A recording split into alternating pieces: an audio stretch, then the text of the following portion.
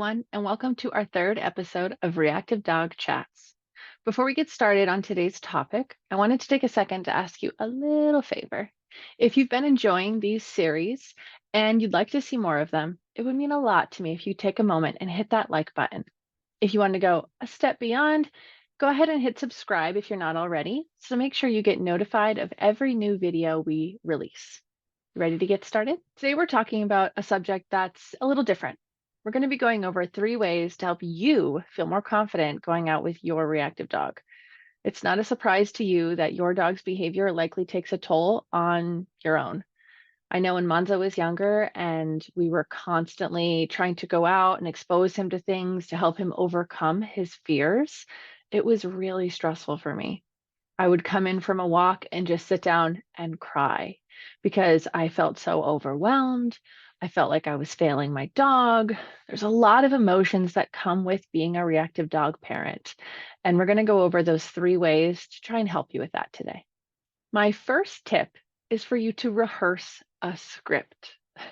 Knowing what you're going to say to people is so helpful so you're not caught off guard when that conversation arises. One of my first suggestions is just what are you going to say to somebody when they ask you about your dog's behavior out in the real world? I have gone out places with Piper, and she wears a muzzle when we're in public places for her safety and everyone else's. And I get a lot of people who say, "Why are you walking that dog here?" Or "What's that muzzle for?" Or "Is that dog aggressive?" And it implies that she doesn't deserve to be there. And they're wrong. Your dog, your reactive dog, deserves the exact same opportunities as every other dog out there. Sure, we have to make special accommodations to make sure that everyone is safe. Your dog, yourself, the community's dog, and the community members, they deserve to be there too. And I want you to come up with a script so you know exactly what to say when somebody asks you that kind of a question. For me, I just say, my dog's reactive. But you might want to say, she's a new adoption, or we're going through training right now. I'm telling you, it doesn't matter what you say. You don't owe anybody an explanation for your dog's behavior. But it is helpful to have some kind of canned response ready to go in the moment. Similarly, if you have friends and family to your home and they're questioning you or offering you very kind but unsolicited training advice, it's helpful to know how to respond. Um, and it's clean and clear to your friends and family. If you leave that conversation open, they will fill it. So when we have friends and family over, Monzo can greet people. He's really good about that. Our dog Piper, she doesn't. And that's a topic for another day. But when people ask me, how come I can't say hello to Piper? Or, why can't Piper come out and hang out? I say because it makes her uncomfortable and she's safer and happier in her safe space. If you don't know what I'm talking about with a safe space, make sure you go to the description below and download our free beginner's guide to dog reactivity where we talk about management in a little bit more detail. And that's what that's for. So having a script to tell your friends and family why your dog is on a leash or wearing a muzzle or in another room or in a crate is really helpful. My other suggestion, I didn't plan to say this, but I'm putting this in here anyway, is to make a little coffee table binder for your dog. Put some pictures in there. If you don't have a photo album, everybody should have a photo album of their dog. Highly recommend it. Put some stuff in there so that when your friends and family sit down to hang out and your dog's not in the room or your dog's at a daycare or with the pet sitter, they can still get to know your dog and see the sweeter side that maybe they don't see on a regular basis. So make sure to rehearse your scripts. My second tip, and it's a big one, is to let go of your guilt. You did not teach your dog to be reactive. Nothing you did created this behavior for your dog, and you don't need to blame yourself for it. There's a lot of information out there on the internet. It's hard to filter through and understand why your dog may be behaving the way that they're behaving. If you have questions about that, I'd be happy to do a whole nother chat on why dogs are reactive. But I'm going to tell you right now, and I promise you this, it is not your fault. Your avoiding walks is not making your dog reactive. Your struggling through the day to find your dog exercise and they bark and lunge at a dog, it's not your fault. It happens. The world out there is not set up for dogs that are sensitive.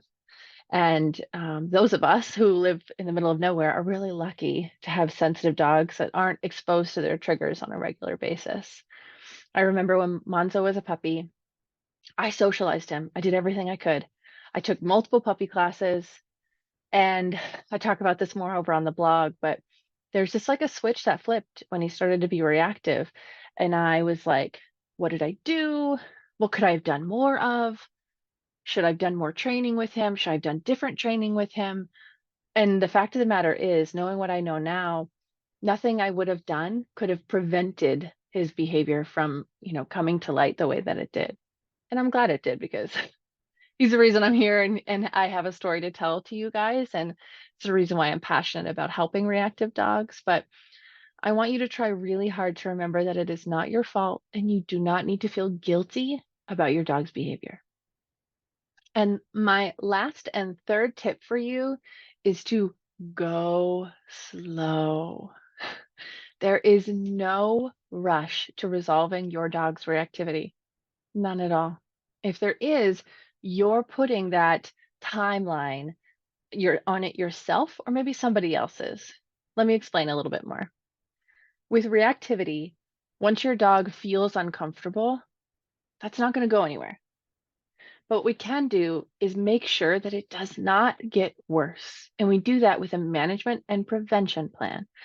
I'm not going to go over, I have another episode on that. I'll link it down in the description and make sure you get the beginner's guide to dog reactivity where I go over that in more detail. But just to give you a little example, if your dog is reactive, let's say to cars when you walk on the road, there's no rush. You don't have to fix that right away. But you should not allow your dog to continue to walk on the road and bark and lunge at cars.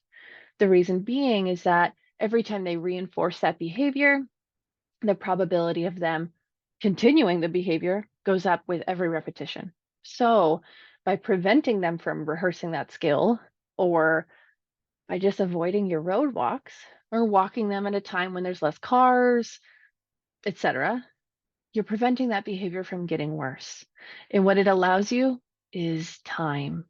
You have the time to say, I'm in a really busy season of my life and I can't make the time to train my dog right now. You know what? That's fine. You're still a good dog parent. You're a great one, actually. And if you say, my kids are, the holidays are coming up, I'm going to be really busy with the kids. In January, I'll start working on this. I give you permission. That's okay too. You don't have to rush it. When you're ready, we can start with a training plan to help your dog feel better and therefore behave better in those situations. But as long as you have a management plan implemented, you do not need to rush.